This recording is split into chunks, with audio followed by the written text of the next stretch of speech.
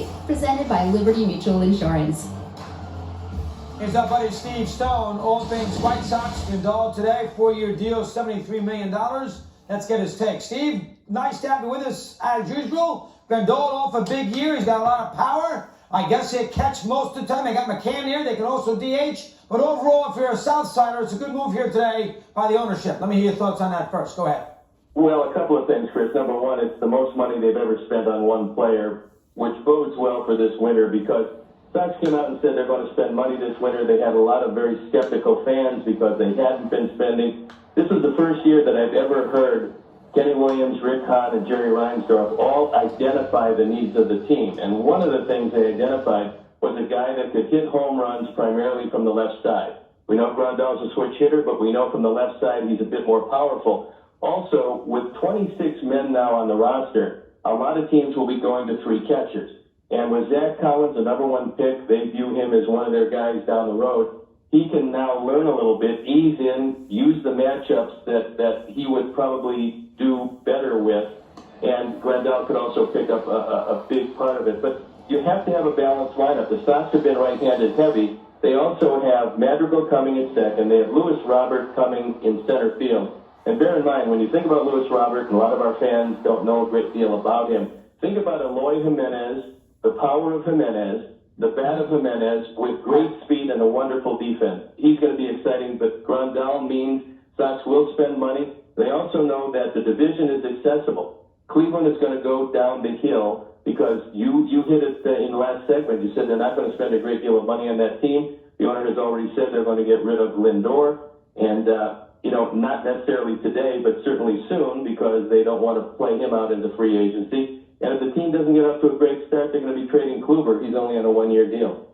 Yeah, I think the Indians are there for the taking, and obviously the White Sox, a team that obviously with young talent has an opportunity. Now, I would think here, Steve, that this precludes them from swimming in the deep waters, which is Cole, Rendon, and Strasburg. They may have been a little soured last year, being used some by Machado and Harper. The rumors with Harper. So I would think that those big 3 at the top of the free agent rainbow, the White Sox are not going to go near. Is that fair?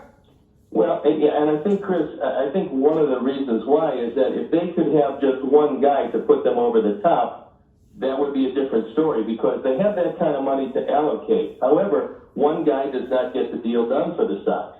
They have to get a couple of starting pitchers, I believe. You have to wait. You don't want to pressure Kopech. He's coming back entirely healthy this year, but he's not going to be throwing 200 innings. You don't want to pressure him. Who knows if he's going to make the ball club or not? I'm not sure. Rodada's not coming back probably till the middle of the season, maybe a little later than that. Nobody really knows.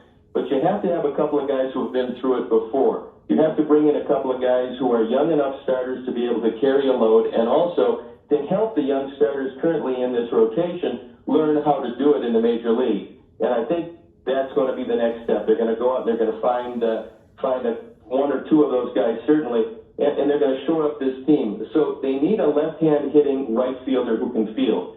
Because you have Eloy in left field, a right-hand hitter, assuming you bring up Robert soon enough, he's a right-hand hitter. You need another left-hander to balance out the lineup. The Sox have been so right-handed heavy that right-handed slider ballers or good curve ballers, change-up guys, they've been able to really saw through this lineup. But if you put a little balance, along with Grandal from the left side, Moncada, who's going to be a monster, also a switch hitter, you put one more left-hand difference maker in that lineup, and nobody's going to want to face this team offensively.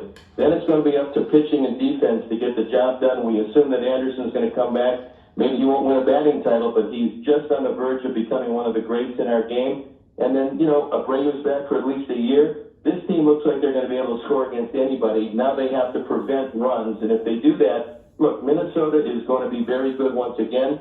I view the time when, just like it was before, it's going to be Minnesota and the White Sox battling it out every year for supremacy in the division. Wow, how about that? Now, how about a guy like Zach Wheeler? That's the sort of pitcher you are referring to. The next year down from Strasburg and Cole? I identified at the beginning of the offseason and the start, before the All-Star, before the World Series, I identified 3 guys that I would be interested in without any knowledge of what the Sox would be interested in. They were Grandal, he's in the fold. They were Wheeler, they were Baumgartner.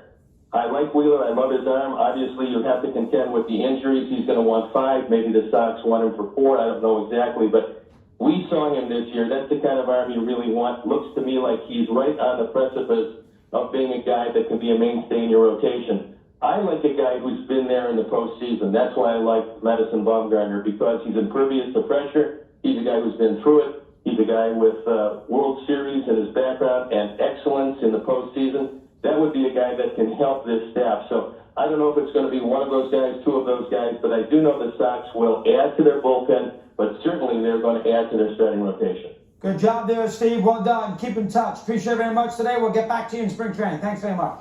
Thanks, Chris. You got it, Mr. Stone, Steve Stone, from that standpoint. The problem I have with Bumgarner is I think he wants to be in the National League. We got more to do, Bruce and I, as we continue here.